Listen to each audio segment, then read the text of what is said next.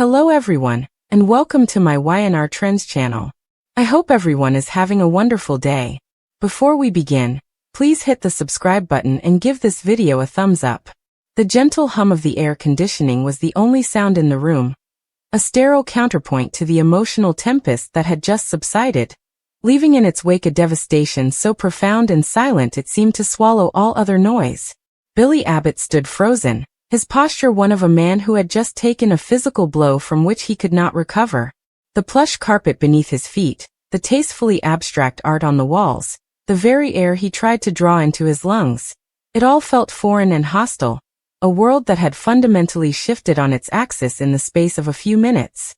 He could still see Sally Spectra standing before him, her face a tragic mask of resolve and anguish, the words she had spoken hanging between them like shards of broken glass, each one reflecting a truth he had been too blind, too arrogant to see. Her confession, delivered not with the fiery anger he might have expected, but with a weary bone-deep sorrow, had not just shattered his perception of recent events. It had dismantled the very foundation of his own righteousness, leaving him standing in the rubble of a tragedy he had authored with his own self-assured hands. It had started with such simple, brutal clarity. She had asked him to sit, but he had remained standing, arms crossed, a posture of impatient judgment. He was there, he believed, to finally hear her admit to the corporate espionage, the betrayal that had nearly sunk Chancellor Winters. He was prepared to be magnanimous, to offer a strained, conditional forgiveness once she showed the proper remorse. But Sally had looked past him, her gaze fixed on some distant point of memory, and began not with an apology, but with a story. She spoke of the days following the reveal of her actions, the crushing weight of public shame, but more than that, the private, gnawing isolation. She described the four walls of her suite at the Grand Phoenix not as a refuge, but as a gilded cage, the silence so loud it echoed with the condemnations of everyone she had let down, most of all his brother, Jack, a man who had shown her nothing but faith. And then, she said, just when the darkness felt absolute, a single, unexpected thread of light had appeared. It was Billy of all people. Not the Billy who was now glaring at her with accusatory eyes, but the version of him that had shown up at her door, not to lecture or to scorn, but to check on her. He had brought coffee, he had cracked a joke about the hotel's minimalist art, and for a fleeting moment, he had made her feel like a person again, not just a pariah. Billy listened to this, his impatience growing. This was not the confession he came for. This was sentimental noise, an attempt to deflect from the core issue of her treachery. He opened his mouth to steer her back to the point, to the stolen designs, the leaked documents, but the look in her eyes, a profound and unsettling pity, stopped him. "You don't remember, do you?" she had asked, her voice soft, almost a whisper. And that's when the narrative took its first, terrifying turn. She recounted an evening, blurred for him by a potent mix of frustration and several fingers of whiskey. An evening where his own life felt like it was spinning out of control. He'd felt ignored by Chelsea, marginalized at work, a perpetual second fiddle to his more esteemed brother.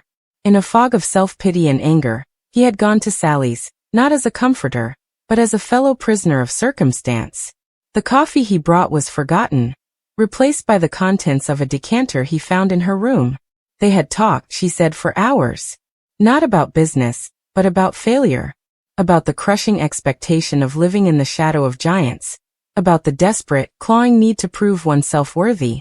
To be seen as more than just a name, more than a problem to be managed. As she spoke, vague, disjointed images began to surface from the murky depths of Billy's memory. The warm glow of the lamplight, the sharp taste of the whiskey, the feeling of Sally's sofa giving way beneath him as he slumped down in despair. He remembered the sound of his own voice, hoarse with emotion, railing against the injustices he perceived, feeling a kinship with this woman who was, in that moment, as adrift as he was. Sally's voice continued, steady and relentless. "You talked about the designs," she said, and a cold dread began to trickle down Billy's spine. "You said it was a shame, that the Aurora line was brilliant, but that it was doomed because the corporate machine at Chancellor Winters was too rigid, too slow. You said they didn't deserve it." Billy's heart began to hammer against his ribs. This wasn't right.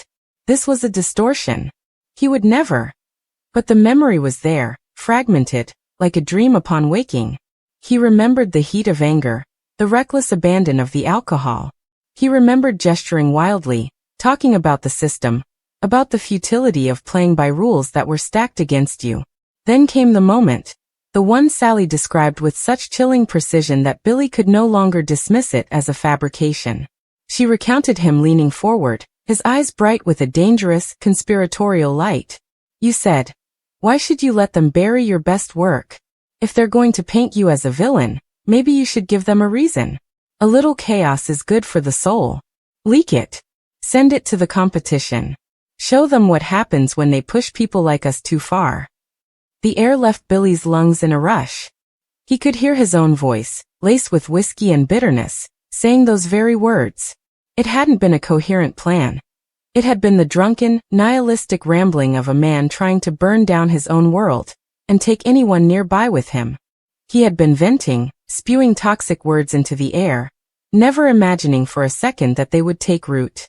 But for Sally, isolated, desperate, and feeling she had nothing left to lose, his words had not been a rant.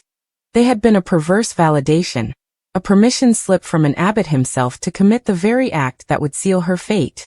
The confession that followed was the true shock, the one that left him regretful. Sally explained that in her devastated state, his words, twisted by her own despair, had felt like a lifeline. It wasn't just about saving her career anymore. It was about proving a point, about embodying the chaos he had glorified. She had taken his drunken, self-pitying suggestion and acted upon it. The betrayal was hers, the action was hers, but the catalyst, the poisonous seed, had been planted by him. He had been the architect of the very scandal he had so self-righteously condemned her for. He had stood in meeting rooms, his voice full of outrage, pointing the finger at her, while all along, the ghost of his own irresponsible words was the true culprit. The weight of this truth was immense, a physical pressure on his shoulders, forcing him to finally sink into the chair he had previously rejected. The moral high ground he had occupied so comfortably for weeks had crumbled into nothingness, and he was falling through the void of his own culpability. The silence that stretched between them now was different.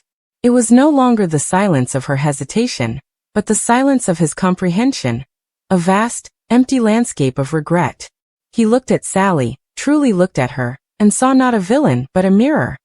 He saw a reflection of his own worst impulses, his own capacity for destructive behavior when feeling cornered and unappreciated.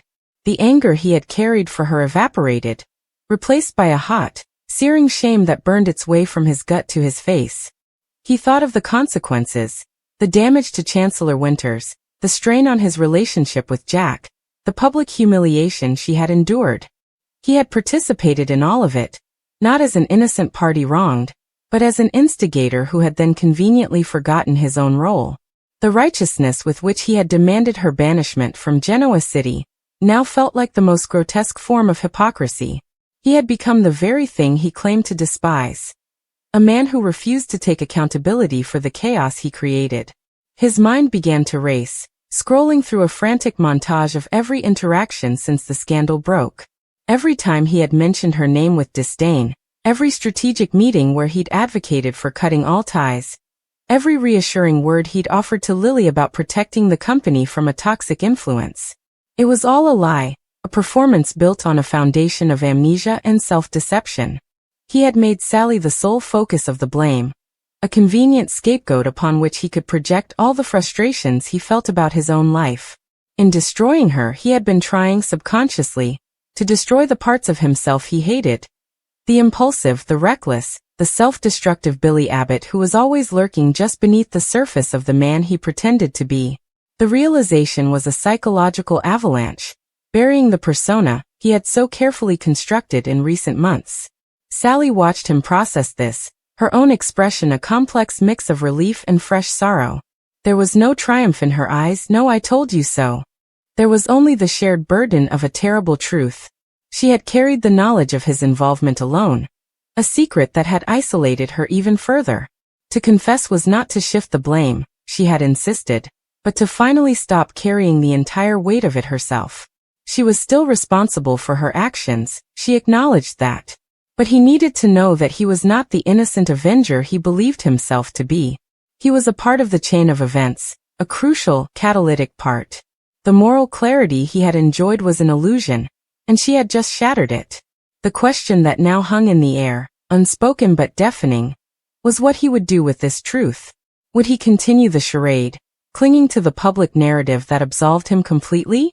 Or would he have the courage to face his own complicity, to admit that the world was not neatly divided into heroes and villains, and that sometimes, the person pointing the finger was just as guilty as the one in the crosshairs?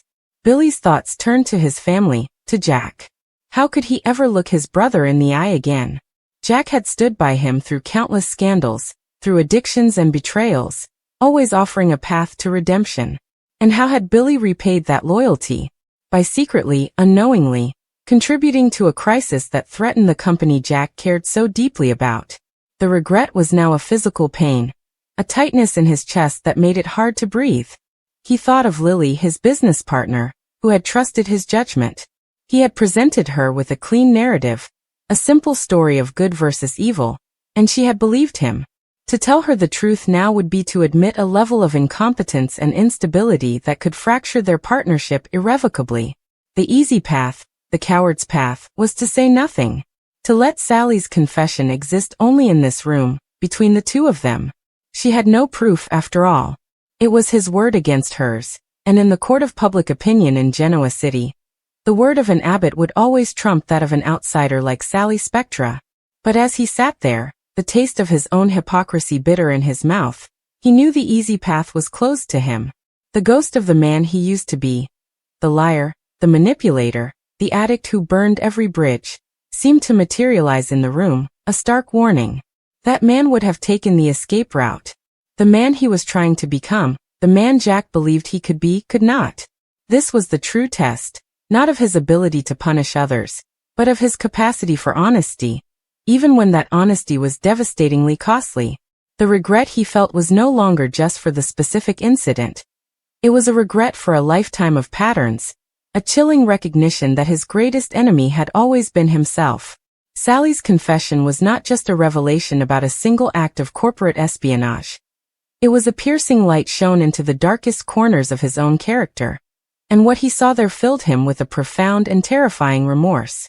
The journey ahead, he knew, would require a courage he wasn't sure he possessed, the courage to be wrong, to be flawed, to be accountable. The shocking truth was out, and it had left Billy Abbott not just regretful, but utterly, completely lost. Sally sat alone in her apartment, the quiet hum of the city outside doing nothing to calm the storm that had been raging in her heart for days. She had carried secrets before, twisted webs of deception and half-truths that gave her an edge in the competitive world of Genoa City, but this secret was heavier than any she had held before. It was a truth so raw, so dangerous, that it threatened to unravel not just her carefully built image, but also the fragile connections she had fought to maintain. Billy deserved to know. She hated the thought of handing him this kind of truth, the kind that could scar, the kind that could cut deeper than betrayal itself. Yet every time she saw him, every time his searching eyes tried to read her, she knew it was inevitable. The truth had claws, and it was already tearing its way to the surface.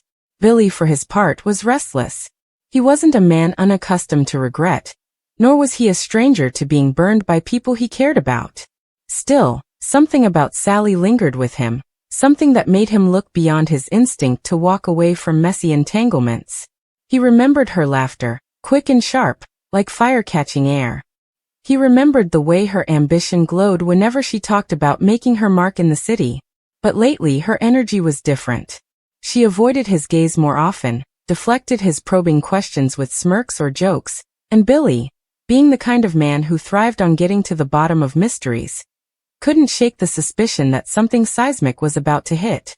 He told himself he could handle whatever came, but deep down he wasn't sure. The night Sally finally decided to tell him, she paced her apartment for what felt like hours. She rehearsed different openings, each more disastrous than the last. How did one confess something so devastating?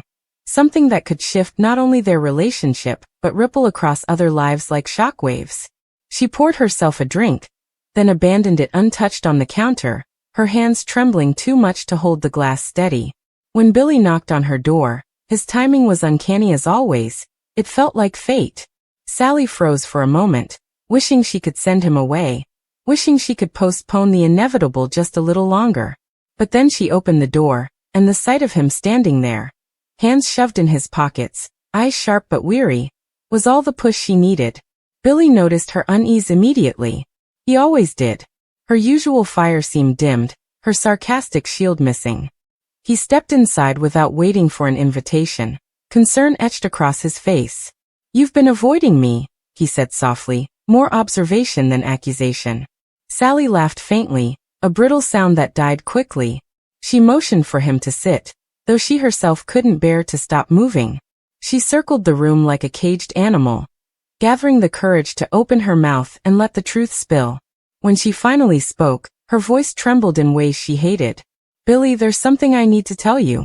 Something I should have told you a long time ago." His eyes narrowed, but he stayed quiet, giving her the space to continue. That silence cut her more than any harsh words could. Sally drew in a shaky breath and said it, the words tearing out of her like glass shards. She confessed the shocking truth, the one she had buried, the one she had dressed up with lies and distractions. The room seemed to shrink around them as her confession echoed in the air, and for a long moment, Billy simply stared at her, as if trying to piece together what he had just heard. Regret hit him swiftly, sharper than he expected. Not regret for knowing. He had always demanded honesty after all. But regret for not seeing it sooner, for not recognizing the signs, for letting himself believe in something without looking deeper. His gut twisted with a mixture of anger and sorrow, emotions colliding violently inside him. He ran a hand through his hair, exhaling as though the truth had stolen the air from his lungs. "Why now, Sally?" he finally asked, his voice low, controlled, though Sally could see the storm behind his eyes. "Why tell me this now, after everything?" Sally's shoulders slumped, the weight of her choice pressing her down. She told him she couldn't keep it from him any longer, that living with the secret was destroying her piece by piece. Her words were raw, unpolished, far from the carefully crafted speeches she usually wielded like weapons.